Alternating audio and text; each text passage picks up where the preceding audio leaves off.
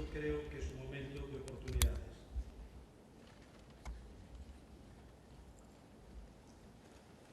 Esto que ven aquí, que está reflejado este texto en el lenguaje originario que fue publicado en el castellano antiguo, procede de la obra Discursos medicinales del año 1607, escrita por el doctor Méndez Nieto. Este doctor ejerció en España, también aquí en Sevilla, en determinado momento de su vida, y ejerció también en Nueva Granada, es decir, en el Virreinato de Nueva Granada, en América, hoy en día Colombia. Como ven, esa proposición que hace ahí se refiere al tratamiento de un negro, al que le había dado un tétanos, y ya ven lo que la medicina de la época realizaba para tratar a ciertas personas. Hay que decir que, como expone él en el libro, este negro fue tratado porque además era un habilidoso manejador de los ingenios productivos de caña, que si no, ni siquiera se le hubiera llevado a la atención del doctor. Yo me voy a referir a lo largo de mi exposición, primeramente en el marco teórico, haré una serie de reflexiones desde el punto de vista diacrónico de la historia de la evolución de la fisioterapia, que la dividiré en 4 etapas. Juntamente con esta evolución histórica realizaré un análisis psicosocial en el que pretendo exponer precisamente cómo las profesiones y concretamente la fisioterapia evolucionan para ir desarrollándose y tratar de alcanzar su marco competencial. En la última parte de la exposición mostraré una parte empírica en donde se verán los resultados estadísticos de unas encuestas que se le han formulado, por un lado, a cuadros de la fisioterapia del ámbito español, representantes de colegios profesionales, representantes clínicos y representantes académicos, y por otro lado a una muestra de profesionales que ejercen en el ámbito territorial de Galicia, profesionales del ámbito clínico, para conocer qué es lo que opinan acerca de las proposiciones que haré a lo largo de la ponencia. Los objetivos que perseguimos en esta ponencia es establecer la correlación entre el proceso formativo de los fisioterapeutas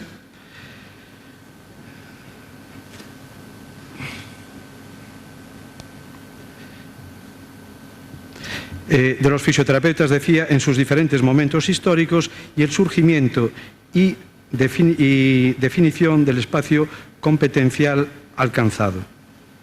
El papel desarrollado por las instituciones sociales profesionales de representación del colectivo en la adquisición de una identidad profesional, homologación de la fisioterapia española a nivel internacional y establecimiento de funciones y competencias, así como el papel desempeñado por la estructura académica dentro de las universidades para orientar la formación en los títulos de grado al futuro desarrollo profesional de la fisioterapia, momento en el que nos encontramos en la actualidad. El desarrollo profesional es un campo dinámico que requiere de una activa, interrelacionada y coordinada participación de los diversos actores antes citados. La tarea principal consiste en identificar los retos comunes y potenciar las sinergias que permitan su consecución, creando un sólido armazón conceptual y normativo que posibilite resistir con garantías de éxito las amenazas que pueda sufrir la fisioterapia en nuestro país. La fisioterapia es un término que posee al menos 3 significados. Se corresponde con un campo de saber y constituye una ciencia. Además, identifica un título académico y denomina una profesión. El proceso de construcción de la fisioterapia afecta a estas 3 dimensiones o significados, y en el mismo podríamos diferenciar 4 etapas. La primera etapa se caracteriza por existir la fisioterapia sin fisioterapeutas y se desarrolla hasta que en el año 1957 el Real Decreto de 26 de junio establece por primera vez en España un sistema formativo orientado a la graduación de especialistas en fisioterapia. Durante este periodo, que tuvo su máxima expresión a lo largo de la segunda mitad del siglo XIX y la primera del siglo XX, los métodos y técnicas de fisioterapia eran estudiados y empleados mayoritariamente por médicos. Los métodos fisioterapéuticos gozaban así del prestigio científico, sanitario y social que les irradiaba la profesión médica. Así, el profesor de Medicina en la Universidad Central de Madrid, Joaquín de Crez Ruiz, responsable de los departamentos de cinesiterapia, electroterapia y mecanoterapia, proponía a principios del siglo XX la creación de cátedras en estos campos y procuraba inculcar en los estudiantes de medicina el aprendizaje y empleo de estas modalidades terapéuticas. Otra evidencia del interés de la medicina por los procedimientos fisioterapéuticos nos la suministra el médico Rodríguez Fornos, que considera en el prólogo del Manual de Diatermia, publicado en 1934, al también médico Celedonio Calatayud Costa como el primer fisicoterapeuta español. Se refiere al éxito del empleo de esta modalidad terapéutica en los siguientes términos. La generalidad de los médicos valencianos la instalábamos en nuestras consultas y los resultados brillantes no se hicieron esperar. En la segunda etapa se inicia la formación reglada de los fisioterapeutas en el año 1957, que como especialidad de los ayudantes técnicos sanitarios asume el manejo de los medios y agentes físicos como una forma de tratamiento de las enfermedades y la rehabilitación de discapacitados, como queda recogido en el Estatuto del Personal Auxiliar Titulado y Auxiliar de Clínica de la Seguridad Social.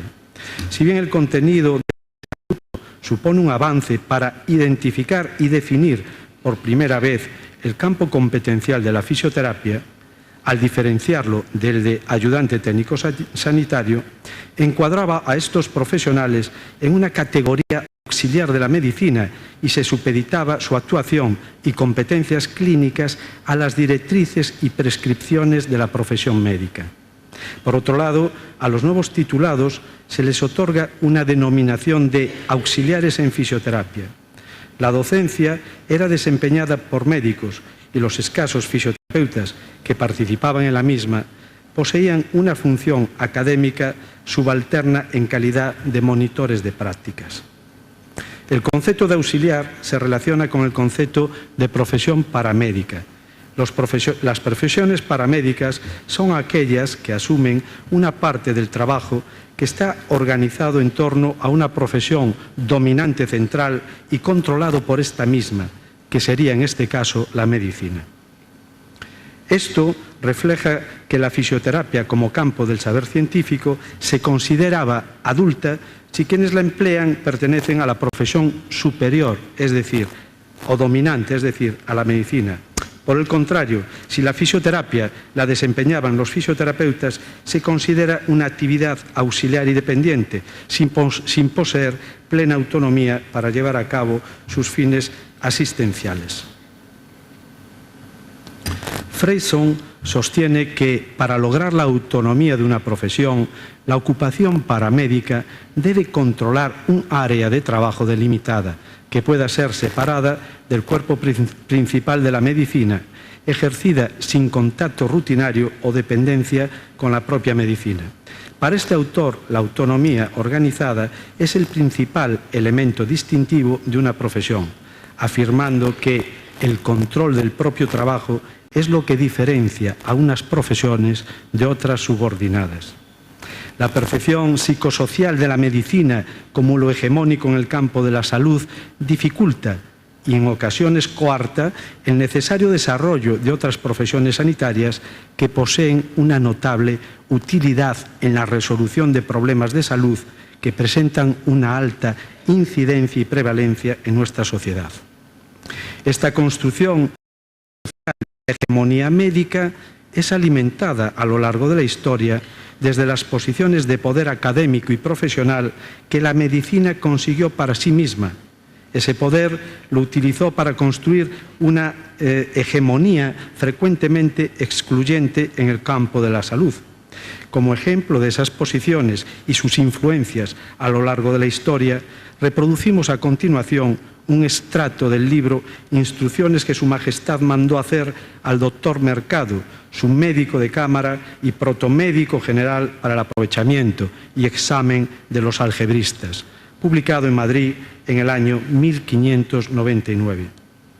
Así decía en este texto: de manera que ya es fuerza, pues los médicos y hombres dotos, nadie quiere poner en este ministerio, es decir, el álgebra, las manos, dar a los que no son orden y modo, como no sean tan ignorantes, me tendrán por disculpado, pues la necesidad obliga a escoger del mal el menos, acomodando el lenguaje y el estilo a la traza y ingenio de los que siguen esta parte del álgebra, dejando para los doctos y sabios médicos la decisión de cuestiones y dificultades y la interpretación de lugares obscuros y dificultosos de Hipócrates. Esta referencia la utiliza el doctor José Climent, médico rehabilitador, en su libro Historia de la Rehabilitación Médica, para justificar el surgimiento de una nueva actividad de ayudantía constituida, en este caso, por los algebristas. Afirma en este texto que da una buena idea del reparto de papeles entre médicos y algebristas.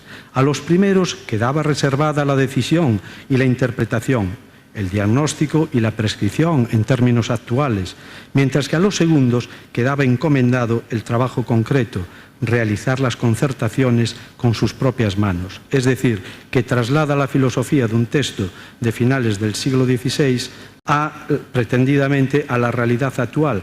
Ya vemos ahí en esa analogía lo que se pretende decir con el mensaje.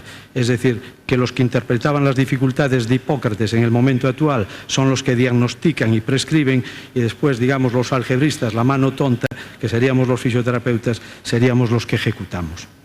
Sin embargo, el arrogante dogmatismo científico que exhibe en su texto el doctor Mercado para descalificar a los algebristas se fundamenta en procedimientos diagnósticos y terapéuticos no solamente ignorantes, sino también irracionales. Como ejemplo, citamos a continuación unos párrafos del libro primero, discurso 20, de la obra Discursos medicinales, escrita en el año 1607 por el doctor Juan Méndez Nieto, graduado en la Universidad de Salamanca. Decía, refiriéndose a un caso clínico: mujer de hasta 18 años, fue Dios servido de darle un flujo, está en el texto antiguo, en el castellano antiguo, un flujo de sangre por la vía de la orina tan terrible y espantoso que arrojó en menos de 6 horas 14 libras de sangre. El médico que la curaba, que era el doctor León, catedrático de medicina en aquella universidad, es decir, aquí en Sevilla, la había sangrado en ambos brazos a una persona que sangraba, y dándole bebedizos y garrotes en brazos y piernas, garrotes eran ligaduras, ataduras, con muchos emplastos que había puesto, y epítimas, las epítimas eran cataplasmas calientes, en hígado y riñones, que todo ello no le hacía reparar el flujo. Hallando un secreto remedio fácil, púselo luego por obra, y fue tan presto y eficaz el efecto que dentro de un cuarto de hora le estancó la sangre. Fíjense el remedio: huesos de dátiles y paño de grana de polvo fina y quemados en una olla, en seco, se molerán y serán polvos sutilísimos. Para recuperar la sangre perdida, aunque la cantidad sea muy importante, recomienda lo siguiente: se puede sustentar en cuanto se forma que es fácil cosa de hacer con un poco de buen vino o con un caldo de ave. Durante esta etapa, segunda etapa a la que me refiero, los fisioterapeutas ocupan un espacio profesional que se desarrolla de forma más amplia y profunda que la estructura académica de la profesión. Este desarrollo profesional está relacionado directamente con la creación de la Asociación Española de Fisioterapeutas en el año 1969, organización que asume la representación de los fisioterapeutas y pone en marcha un conjunto de iniciativas orientadas a garantizar la formación continuada de los profesionales, promover su desarrollo científico por medio de la organización de congresos y defender sus intereses profesionales ante las autoridades, así como proyectar su imagen en la sociedad. La tercera etapa se inicia en el año 1982, con ocasión de publicarse el Real Decreto de 26 de julio de creación de los estudios de diplomado en fisioterapia.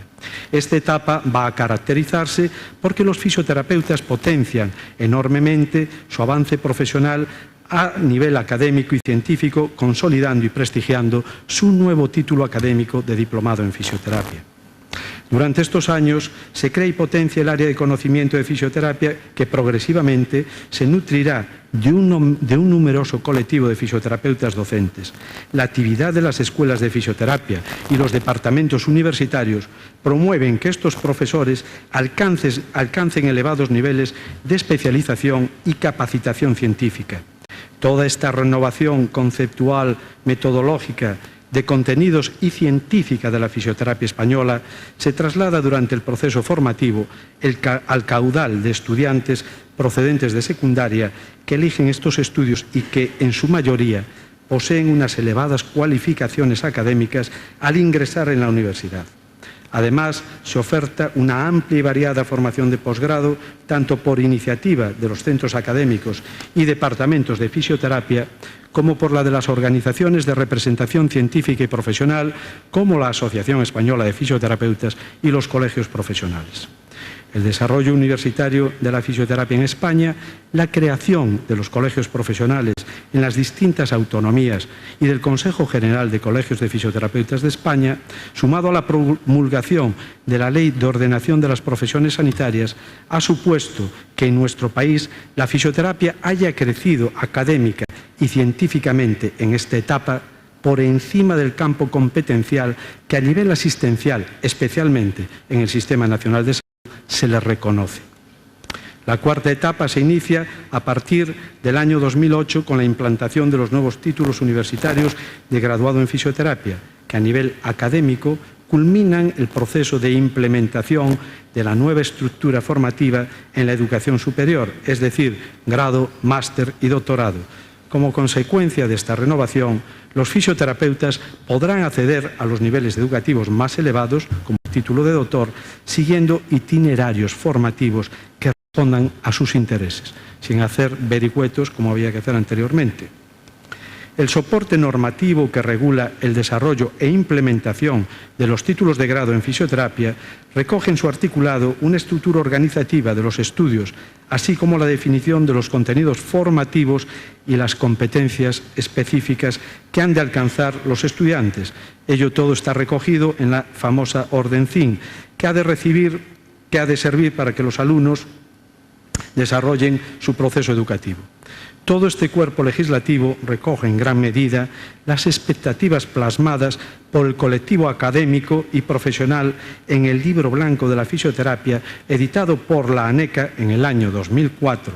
Podemos considerar que la fisioterapia española en 54 años ha alcanzado la plenitud de su desarrollo académico. Pero siguiendo a Freyson, sabemos que la autonomía funcional de una profesión se obtiene no solo a través del proceso educativo en que se sustenta, sino por un proceso político y social que, como afirma este autor, en el que el poder y la retórica convenientemente tienen mayor importancia que el carácter objetivo del conocimiento, la educación y el trabajo.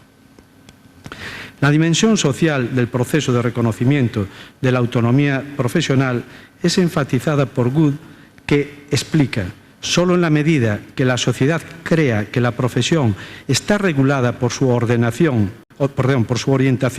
hacia la colectividad, le concederá a la profesión una gran autonomía o libertad respecto a la supervisión y el control profano. Este argumento es compartido por Hughes cuando define el estatus formal de una profesión como la licencia y mandato para controlar su trabajo concedido por la sociedad. Por tanto, la autonomía profesional es el resultado crítico de la interacción entre el poder político y económico y la representación de la propia ocupación, de la propia profesión.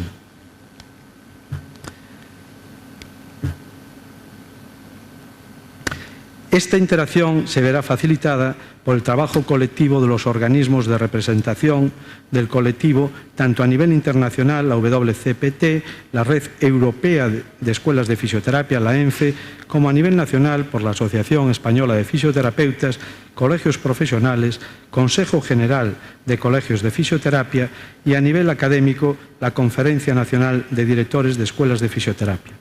Todas estas organizaciones deberían coordinar su acción para convencer al Estado de que el trabajo de los fisioterapeutas es fiable y valioso para la sociedad. Podemos afirmar que en esta nueva etapa el reto de la fisioterapia como profesión será adecuar sus competencias y capacidad facultativa al desarrollo académico alcanzado. Esto significa vencer las resistencias expresadas en su mayor parte por la profesión médica, que percibe como una amenaza la consolidación de la autonomía profesional plena de los fisioterapeutas.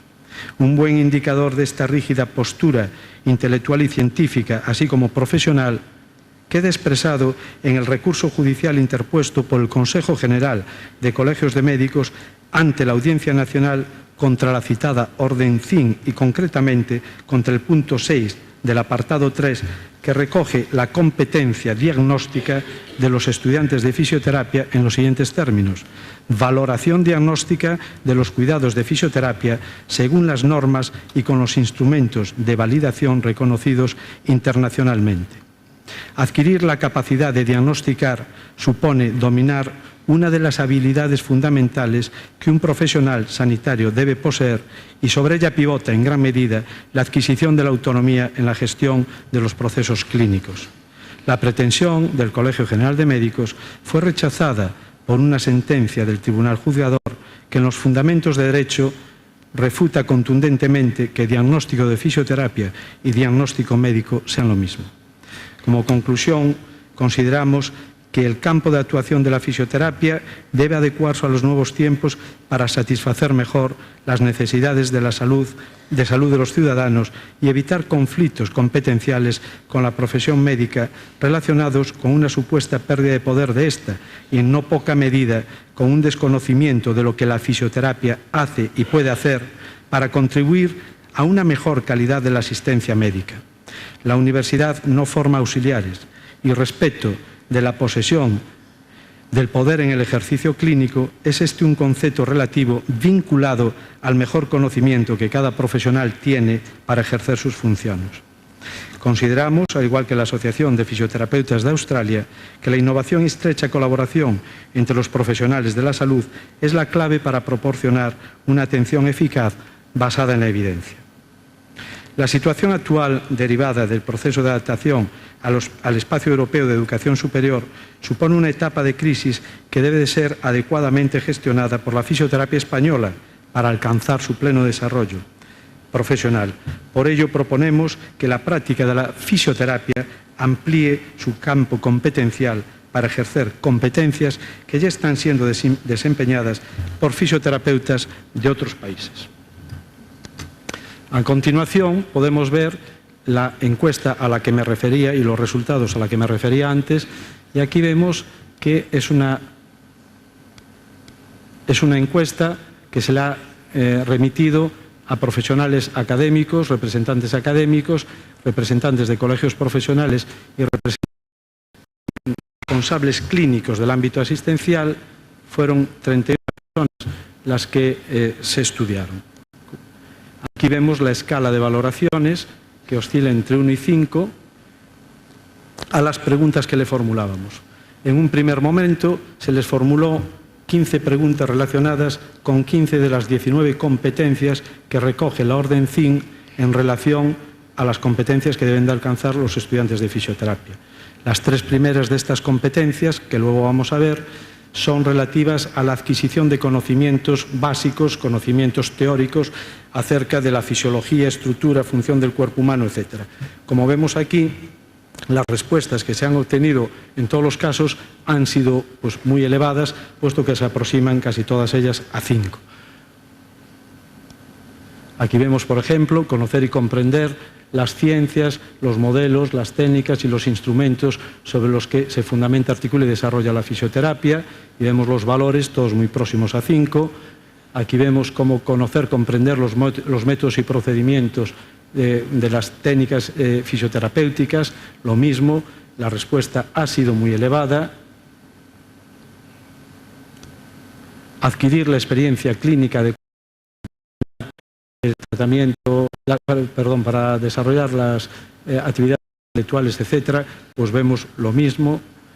Valorar el estado funcional del paciente considerando los aspectos físicos, psicológicos y sociales. Vemos que los académicos le daban un valor de 5.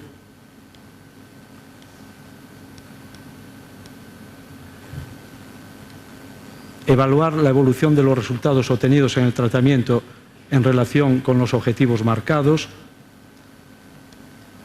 Elaborar un informe de alta de los cuidados de fisioterapia una vez cubiertos los objetivos propuestos. Curiosamente aquí los clínicos le dan una valoración un poquito inferior a los académicos y a los representantes profesionales. Saber trabajar en equipos multidisciplinares. Aquí los clínicos, fíjense, que elevan un poquito el valor por encima de los otros representantes. Participar en la elaboración de protocolos. Comprender la importancia de actualizar los conocimientos. Aquí ven precisamente que los académicos y los representantes profesionales pues lo destacan. Plena autonomía profesional en la toma de decisiones, y aquí ven pues que concretamente los clínicos le dan 4,9 sobre 5, los académicos 4,82 y los representantes profesionales 4,75. Pero a continuación nosotros hemos formulado, como he dicho antes, una serie de preguntas a un grupo de profesionales del ámbito gallego que ejercen y están inscritos en el Colegio de Fisioterapeutas de Galicia. La muestra que hemos manejado está distribuida, como ven aquí, 24% de varones, un 76% de mujeres, y vemos que son profesionales. La muestra era de aproximadamente casi 180 personas. Se les pasó un cuestionario escrito que remitieron, y lo más interesante quizás es que la edad media era de 30,3 años y la experiencia profesional era de 7,3 años. Esto digo que es interesante porque hay que tener en cuenta que la edad media de nuestros profesionales es realmente muy joven, ¿no? Por tanto, estos son profesionales ya que tienen una experiencia clínica, vamos a decir, amplia, y el criterio que pueden manejar a la hora de evaluar las preguntas que les hemos formulado consideramos que debe de estar también fundamentado. Si existiera la posibilidad de lograr el acceso directo a fisioterapia por parte de los pacientes, ¿usted cree que los fisioterapeutas deberían realizar un curso de formación continuada para tratar pacientes sin paso previo por el médico, es decir, la derivación directa? Y fíjense que dicen sí el 52% y no el 48%. ¿Deberían pasar un examen de competencia clínica si existiera la posibilidad de acceso directo? Dicen sí el 40%, no el 60%.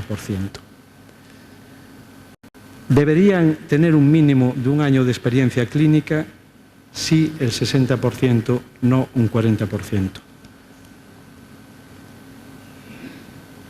¿Sus tratamientos deberían ser revisados periódicamente por el médico? No el 84%, sí el 16%. ¿Los pacientes deberían tener un diagnóstico inicial del médico? Sí el 52%, no el 48%. ¿Deberían enviar al médico a los pacientes que excedan los 30 días de tratamiento? Sí el 51%, no el 49%. ¿Deberían permitir que el sistema se quedase como actualmente? No el 91%.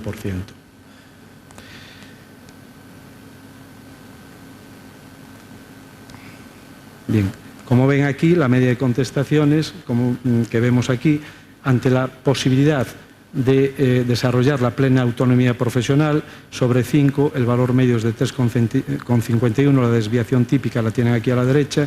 En cuanto a la posibilidad de solicitar pruebas complementarias de tipo diagnóstico, como pueden ser pruebas radiológicas simples, ecografías, análisis de tipo clínico como pueden ser análisis de sangre, análisis de orina, fíjense que el valor sobre 5 es de 3,17. En cuanto al establecimiento del diagnóstico fisioterapéutico o diagnóstico funcional, el 3,57 opinan que están a favor. En cuanto a la posibilidad de derivación directa a otros especialistas, el 3,19. En cuanto a la posibilidad de prescripción de productos ortoprotésicos para el ejercicio de la fisioterapia, baja a 2,7 el valor que le dan. En cuanto a la posibilidad de prescripción de productos farmacológicos, desciende a 1,7. Así que vemos que en el ejercicio de la autonomía profesional, aquí vemos la escala representada con los colores y, como hemos dicho hace un momento, a la prescripción de productos farmacológicos le otorgan un valor de 1,7 en la escala de 5, a la de prescribir productos ortoprotésicos para el tratamiento de fisioterapia 2,7. Pero nosotros, en esta ponencia, queremos proponer hacer una serie de proposiciones sobre las que se interrogó a estos profesionales. Y esas proposiciones, sobre ellas también se les preguntó a estos representantes académicos, clínicos y a los cuadros profesionales a los que me refería anteriormente. Y vamos a ver a continuación que las respuestas difieren enormemente de la percepción que tienen sobre esas preguntas los propios profesionales que ejercen la clínica en el ámbito de la comunidad gallega.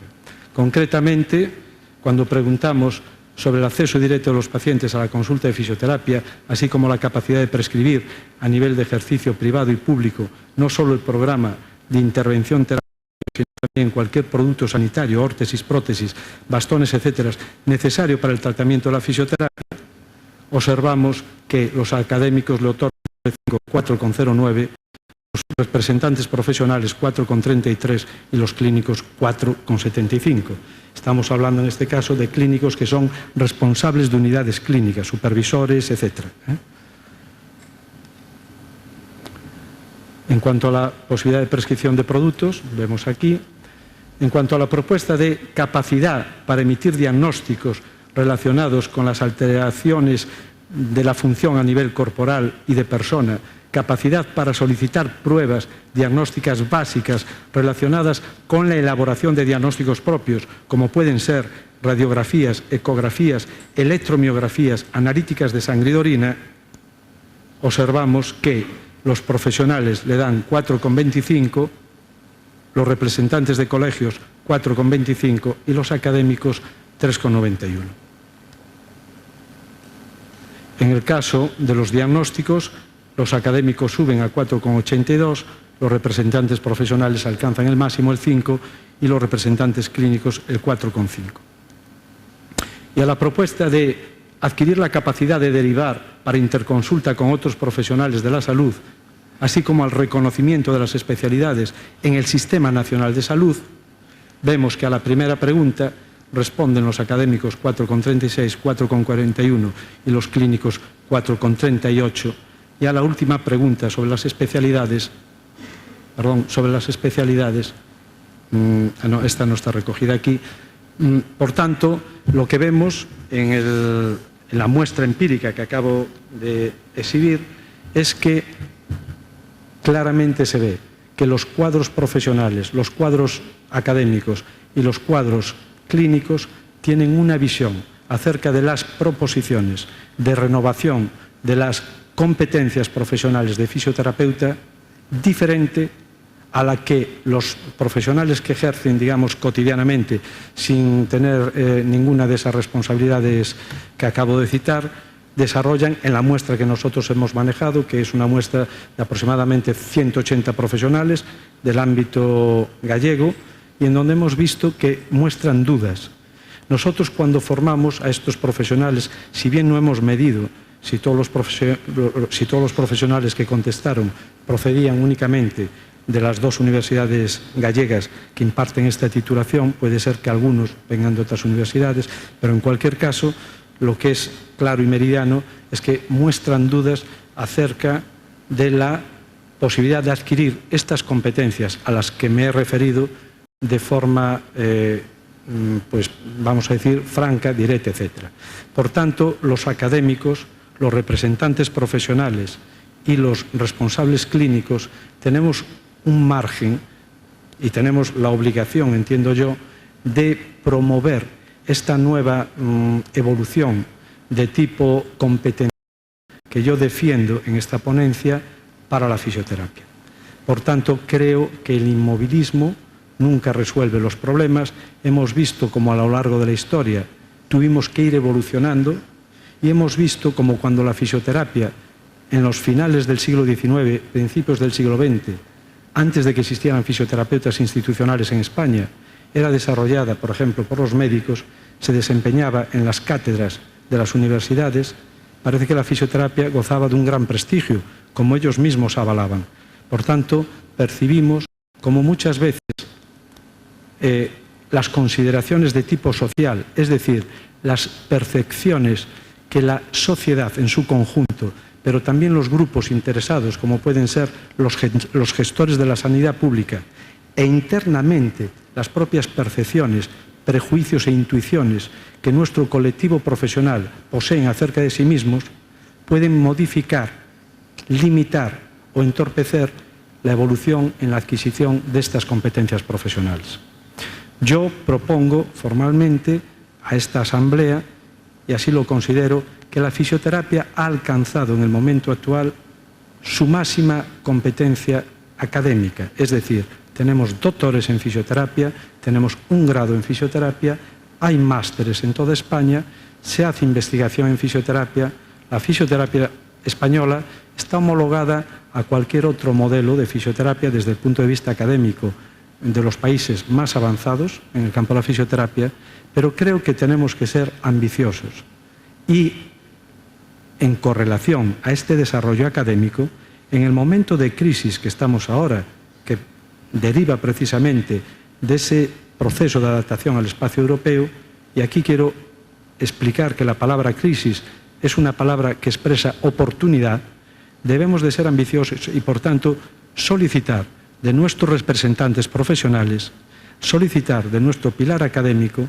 y solicitar de los responsables clínicos que aunemos las proposiciones ante las autoridades para que esa percepción psicosocial de que la fisioterapia puede ser una modalidad de intervención en salud todavía supeditada, al menos en el ejercicio clínico, todavía supeditada a otros intereses, se vaya rebajando, se vaya puliendo, se vaya modificando y, por tanto, se cree el marco normativo de ejercicio profesional que contemple esta posición más avanzada del ejercicio clínico. Primero, tenemos que creérnoslo los profesionales y luego convencer a las personas externas a la profesión.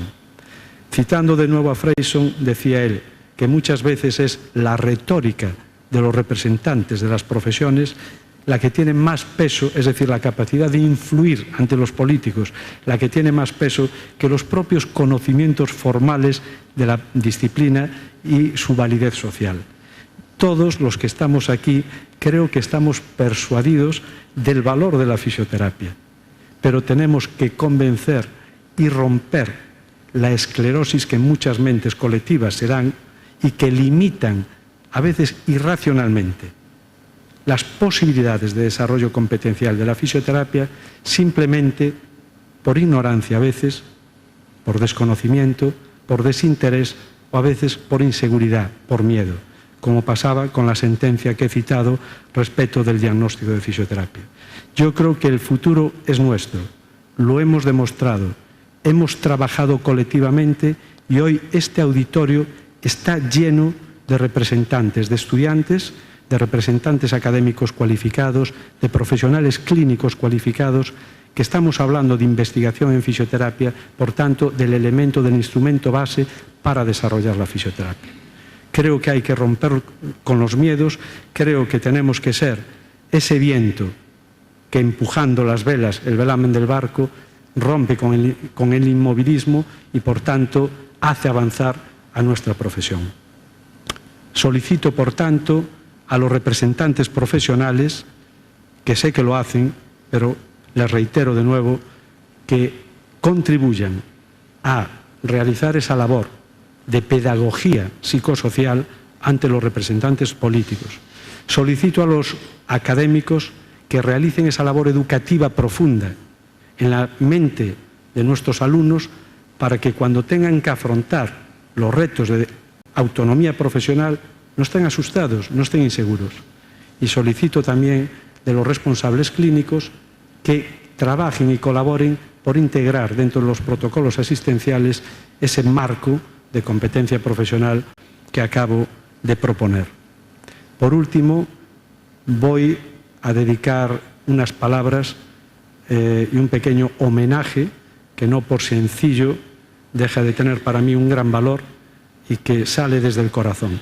Y ese homenaje se lo quiero dedicar, por un lado, al señor Villafaina, Miguel Villafaina, amigo, presidente del Colegio de Fisioterapeutas de Andalucía, que ha sido artífice pues, de este evento junto con su equipo, pero que además es una persona que a lo largo de su dilatada carrera profesional, académica y de representación gremial ha contribuido a que la fisioterapia andaluza goce del prestigio y el desarrollo que tiene en la actualidad y también a que la fisioterapia española haya elevado sus estándares y sus niveles de desarrollo. Y además continuará haciéndolo. Y le felicito además porque ha alcanzado una jubilación jubilosa, porque ha desarrollado un camino que así lo demuestra. Y por otro lado, a otro gran amigo, en este caso académico, que es el profesor Jesús Rebollo Roldán, el doctor Roldán, que para mí todos los andaluces y particularmente de aquí de Sevilla y de la Escuela de Sevilla deben de tener una memoria y una gratitud en su memoria, una gratitud histórica al trabajo que él desarrolló para implementar precisamente un modelo académico basado en la excelencia, basado en una estructura curricular que contribuya a superar los miedos y que precisamente persiga que los graduados sean autónomos en la toma de sus decisiones. También se ha jubilado recientemente, así que a los dos les agradezco esta trayectoria.